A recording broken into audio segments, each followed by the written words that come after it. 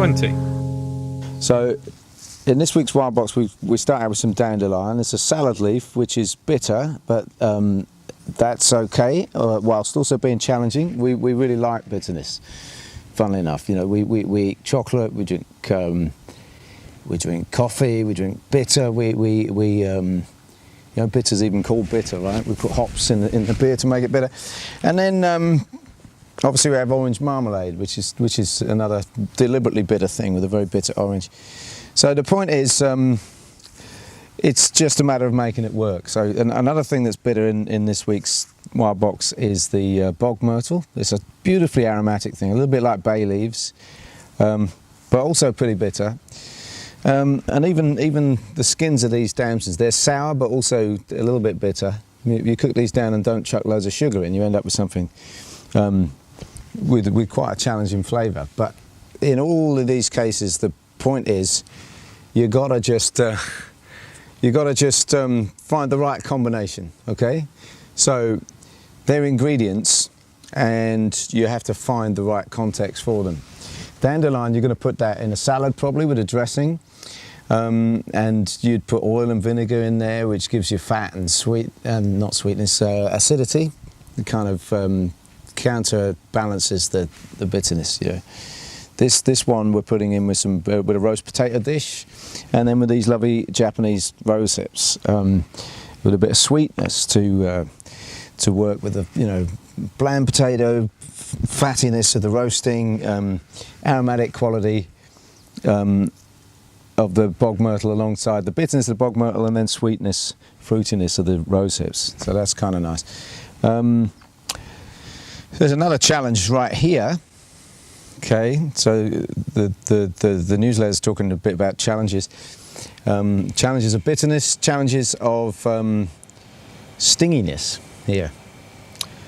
But the great thing about the stinginess of a stinging nettle is it gives you a characteristic that means that stinging nettles are probably the only edible wild plant, in the UK at least, that you can reliably identify in the dark.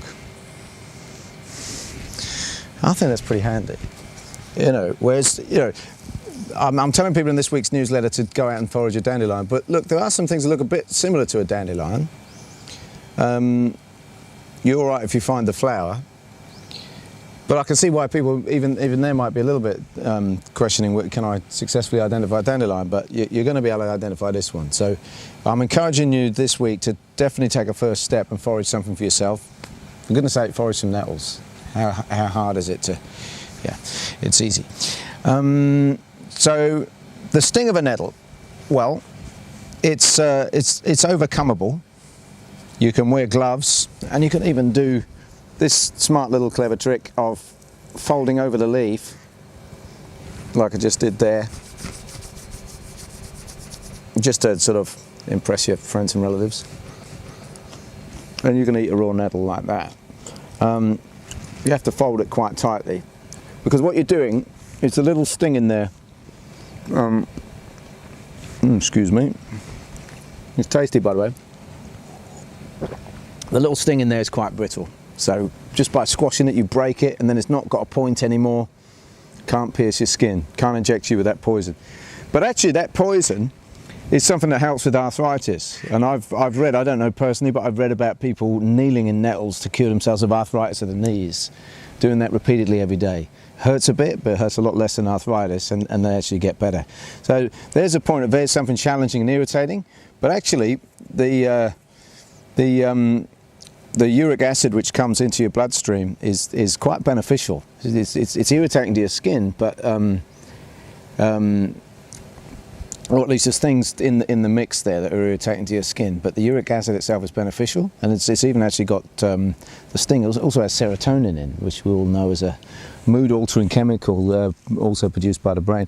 So another thing we have in this week's wild box is sea beet, and I believe it's the first time we've put it in the wild box.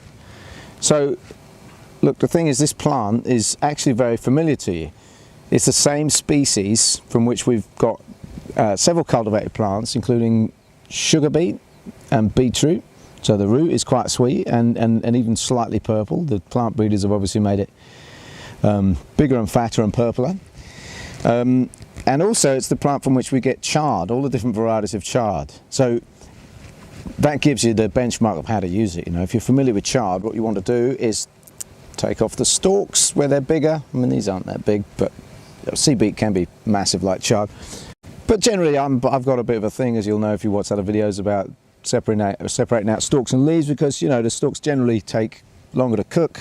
You don't want to overcook the leaves or undercook the stalks. So I'll take them off, put them through a salad as we do in this week's Wild Box recipe, or just cook them separately for a little bit longer.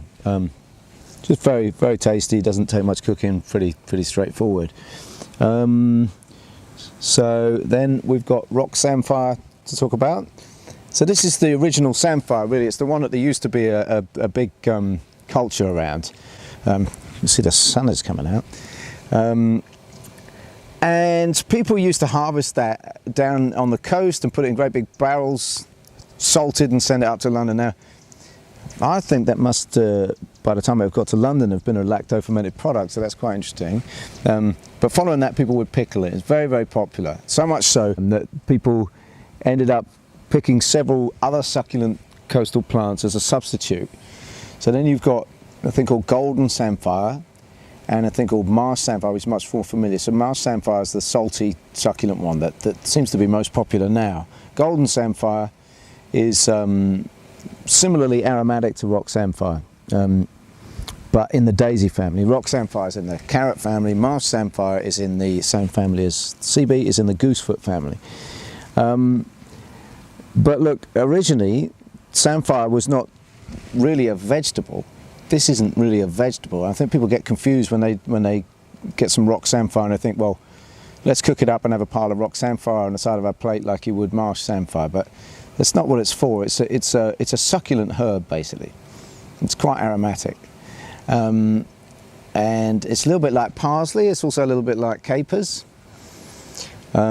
So I tend to think in terms of capers and parsley and substitute both of those things in when I'm trying to decide what to do with it. It's good in a buttery sauce for fish, or with tomatoes, or just chopped through salads, chopped through anything really. So again, the Japanese rose hips, they're going with the potatoes this week well, we mentioned that. You want to quarter them and just gently scoop the seeds out with a spoon. That's what I tend to do, a small, like a teaspoon. And then you can do what you like with them. They're really good in salads. I like them with cheese. It's quite fiddly, you know, but it's I think it's worth it. And the whole point with this stuff is that you need to take some time to process and slow down. I'll be talking more about that in next week's newsletter, just to, you know, how we deal with the fact there's so much out there to harvest. I say how we, you know, at Forager, or how anybody, you know, could learn to create space in life to just respond to all the wild harvests that are available. And, you know, yeah, even we find it hard to just keep up with everything, really, even though we're full-time at it. And then lastly, the wild damsons. Yeah, I mean, just such an intense plum. I love plums, but these are about as intense as it gets. And there's even some intensity inside the stone there. There's a kernel which is very, very strongly flavoured of almonds. So we'll probably do a separate video and show you how to crack those using a vice, which is kind of fun. Again, time consuming and a labour of love, but it's charming when you get to do it. You have a pile of just super, super concentrated tiny almonds. So that's it for this week's Wild Box. I hope you bear with us as we change the format slightly. We're just trying to find the right format that communicates best and just does that job of not just putting across the information, but just kind of maybe a bit of the heart of how we're approaching things, because I think that's the main thing. What we hope we can impart actually to the Wild Box, to all the videos, is just kind of a way of responding to all of this good stuff that we're showing to you. And it's kind of, yeah, it's a state of mind, really. Not that we're trying to claim to be all zen and blissful or anything, but, like, you know, it's not just about flavour. It's not, you know, it is about a relationship to the land, really. Yeah.